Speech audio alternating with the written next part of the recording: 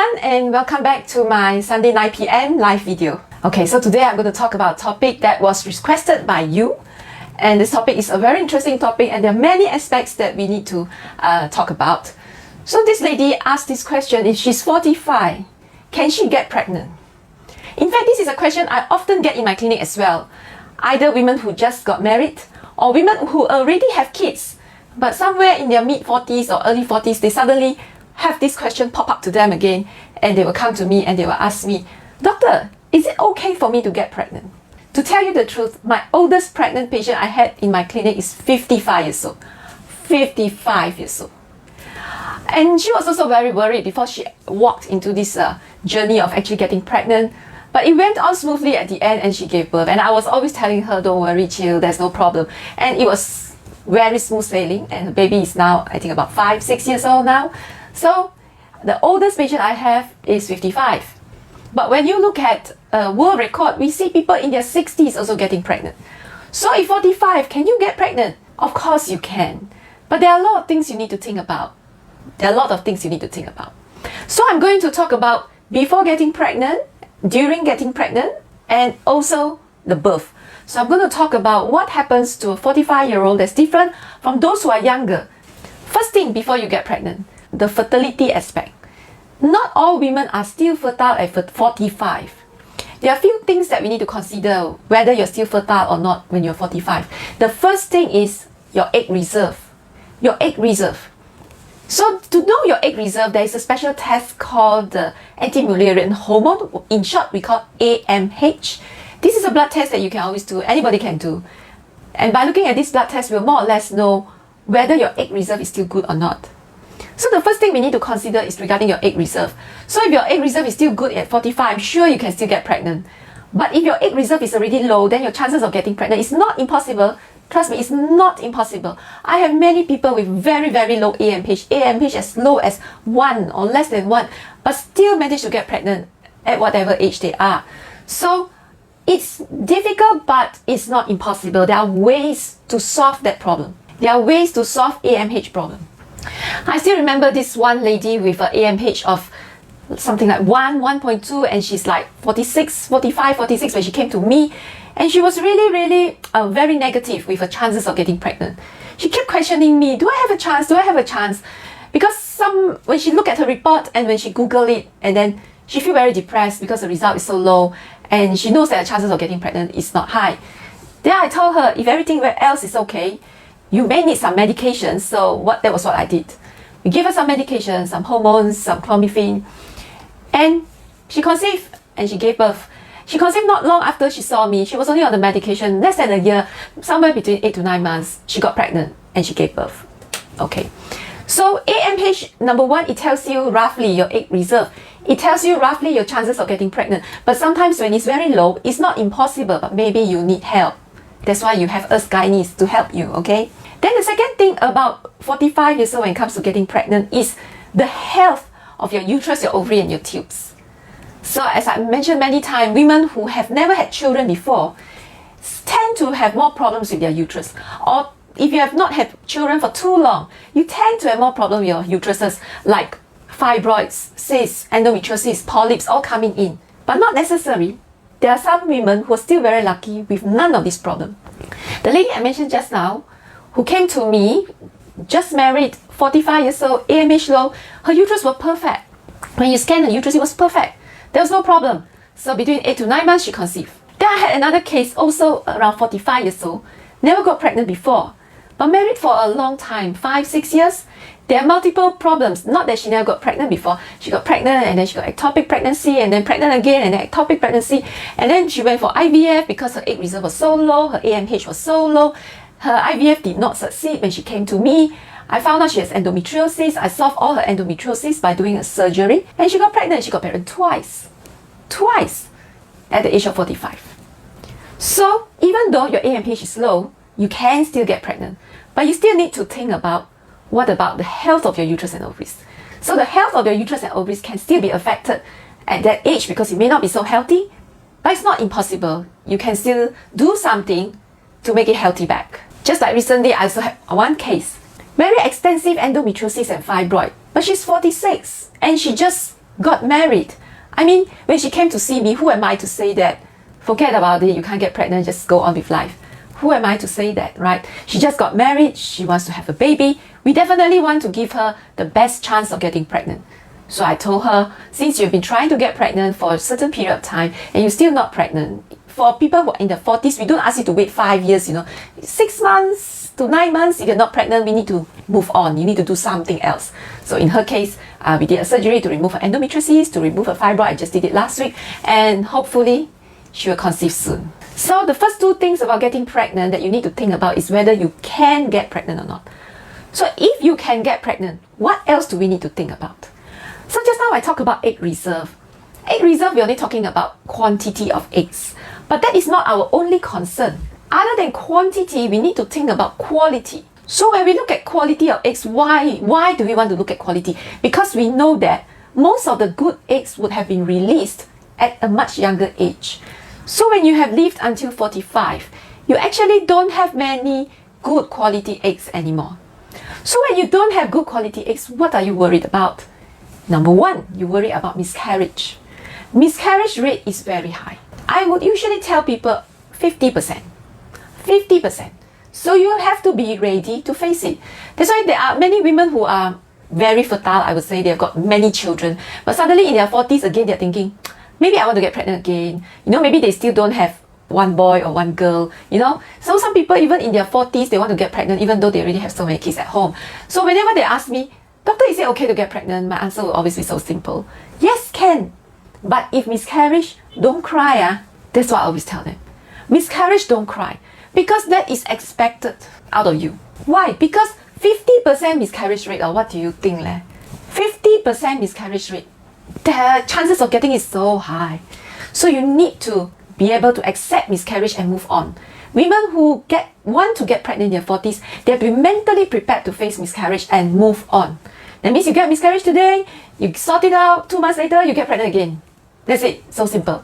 So you need to move on. The other thing about quality of eggs is not just miscarriage, but abnormal babies. So that's another thing you need to be ready to face. But the percentage is actually, honestly, not very high. It's probably between 2 to 5% only. It's only 2 to 5%. You see, you have 50% miscarriage. You have another 5% of abnormal baby and 45% of a normal baby, healthy baby.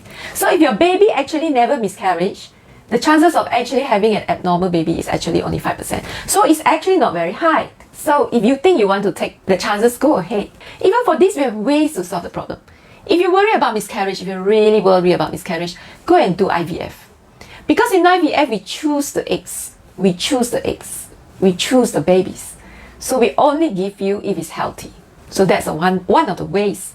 Another way is, if you're already pregnant on your own, then you can always do some tests to know whether your baby is healthy or not. So that is if you want to know. Because in Malaysia, you must understand, in certain communities, certain religious community, Muslim, Christian, Buddhist, any religion, as a matter of fact, there will be some group that will never abort a baby. If you're not the type that will abort a baby, then this is the 5% chance of abnormal baby is something you just really need to accept and face it. Because you're not going to abort, then there's no point doing any tests after you're pregnant. You can do the test before you're pregnant in IVF to choose the baby. But you don't need to do any tests after that. But if you think you are already not young, you do not want to have a baby that becomes a burden to you in your older age, and you're willing to abort a baby that is abnormal, then you just go for the test. We talk about egg reserve, quality, quantity. There are also things that you could have done to avoid that problem. Like for example, if you had frozen your eggs, freeze your egg. That was what I taught in my last video. Freeze your eggs. If you have frozen your eggs in your 30s, you know that maybe one day I meet the Mr. Right guy and I just want to have a baby again. And maybe I'm 45 at that time, but I still want a baby. Or maybe I'm 55, still want a baby. Freeze your egg when you're in your 30s. Freeze it. Get some 10, 20 eggs frozen up. Keep it. We have like 300-400 eggs. We just keep like 10, okay? Freeze it. Because when you freeze it, even if you are 50 years old, your egg is only 30 years old. That was what happened with this lady that I told you, my 55-year-old lady that got pregnant at 55. The egg was actually in the 30s. So she was so worried, that time she was like, doctor, are you sure my baby will be normal? Are you sure my baby will be normal? She was quite a staunch Christian, so she will not do the test on the baby, but she's still very, very worried that the baby is not normal. I keep telling her, you don't worry, the egg is in the 30s, it's a 30-year-old lady, it's not a 50-year-old lady. Chill, you have a 30-year-old egg in your body. It's not a bad egg, it's usually good quality ones. So in her case, true, baby came out well and fine. She never even had any miscarriage. It was a very smooth pregnancy all the way. And there is also another option. Let's say you didn't freeze your eggs. You didn't freeze your eggs in your 30s. And now you're already 45 and you want to get pregnant. You realize your AMH is very low. You've been trying and you can't get pregnant. And you really, really want to get pregnant. And you think that the only reason why you're not getting pregnant is because your egg reserve is low or your egg quality is bad because you keep having miscarriages and miscarriages and miscarriages and you just don't want to go through any more miscarriages. And you know that your egg quality is bad. What else can you do? IVF is one I told you because we can choose. The other way is for non-Muslims, you have egg donors. I have so many. I have countless mothers already out there that I know of with egg donors. Because a lot of women today are quite elderly when they walk into this journey of getting pregnant. Or they have endometriosis that has destroyed many of their eggs. And in Malaysia, you can still get egg donors. And some of my patients, although they're Malaysian, they didn't get their egg donors in Malaysia. They got it in Europe and everywhere. I have one a French egg donor, a Dutch egg donor. Okay, yep. So I was like so interesting, they are Malaysians, but they get egg donors that are not Malaysian. So the baby will be very interesting. But anyway, there is such thing. And even in Malaysia, you can definitely get egg donors. So that is the part on the egg reserve. So we worry about the risk of miscarriage and the risk of abnormal baby. What else do we worry at this age? Actually, we worry one more thing is hypertension, diabetes, heart disease, stroke, kidney problem. So the question is, are you healthy? Are you healthy in your 40s? Your blood pressure is good. Your diabetes is not, you have no diabetes, you have no heart problem, everything is well, you're not obese, you want to get into another pregnancy, you think your body is healthy enough, well and fine. But we do know that people in their 40s, a lot of their chances of getting hypertension in pregnancy, diabetes in pregnancy, heart problem in pregnancy, stroke in pregnancy, all these, your chances go up. So blood pressure, of course, we always worry about preeclampsia. So in preeclampsia, do know that you can do a test and it's totally preventable. So normally when you're pregnant at 3 months, all you need to do when you're pregnant at 3 months is to do this preeclampsia test. It's not widely available. Please ask for it. It's available in Malaysia, but not everyone is doing it. Please ask for it because you're already in your 40s. Because if you have the blood test predicts that you are going to get preeclampsia in your pregnancy, then all you need is to take some aspirin to prevent the preeclampsia from coming. Then there's no risk for you and your baby. Diabetes, I would say most people in their 40s, especially Malaysians, with our Malaysian food, our char kway teow, our nasi lemak, our roti canai, and all our cakes and our kueh and our bubble tea. Oh dear, most of us will get diabetes if you're pregnant in our 40s. So even if you have no diabetes before you're pregnant, you can get diabetes during your pregnancy. So if you're in your 40s, my general advice for every pregnant woman in their 40s is to take care of your diet. Always cut down your sugar, cut down your sugar, cut down your sugar, cut down your carbohydrate. Don't eat too many sweet fruits, okay? And go and do your test in your pregnancy. The test where they drink the sugar water. Go and do the test. And then we can have tested, and then once you know whether you have diabetes or not, then we do what is necessary. Not too much of a problem, honestly. Most of the time is controllable as long as we do what is necessary. Alright, so mainly it's still hypertension and diabetes. Unless you are already having hypertension and diabetes long before you're pregnant, then of course things like heart disease and stroke will also be a risk for you when you're pregnant. So you may need to be on aspirin. Okay, so that we're talking about diseases during pregnancy. Then last of all, we need to talk about birth. We need to talk about birth. I also have women in their 46, 45 who are pregnant and they will ask me, Doctor, can I have natural birth? Because then they normally tend to hear a lot from all the relatives and friends, telling them, you're 45 years old already, you first time mother, you better Caesar lah, I don't think you can take it, better Caesar lah. Okay, they get to hear that a lot. And maybe some doctors that they meet also will tell them, better Caesar. So if you ask me, there are reasons why doctors say better Caesar. There are reasons for it. Because generally, not 100%, generally, we tend to see women, if it's first time mother, trying to give birth in their 40s, tend to have more difficult labors and difficult birth. And their energy level is not so strong like those people in their 20s. So sometimes birth can be very difficult. And maybe they will end up with Caesar anyway, even if they try. But Not always. I have so many pregnant women in their 40s who have nice, simple, easy, smooth, natural birth. So I don't judge people based on their age. When they come to me, I will always assess their body, their physics, and everything else. And if I think that this is going to be easy labor, I always encourage them to go and do so. By all means, go ahead. Just I told you just now the two cases of ladies in their 45, 46 when they got pregnant and gave birth. One of them, I look at her, the one with multiple ectopics and multiple failed IVF when she got pregnant. The first time she ended up with miscarriage, the second time was good. So when I assessed her, it looks like she's going to be a very simple birth. Then I told her, go ahead and have your natural birth. And true enough, she had natural birth.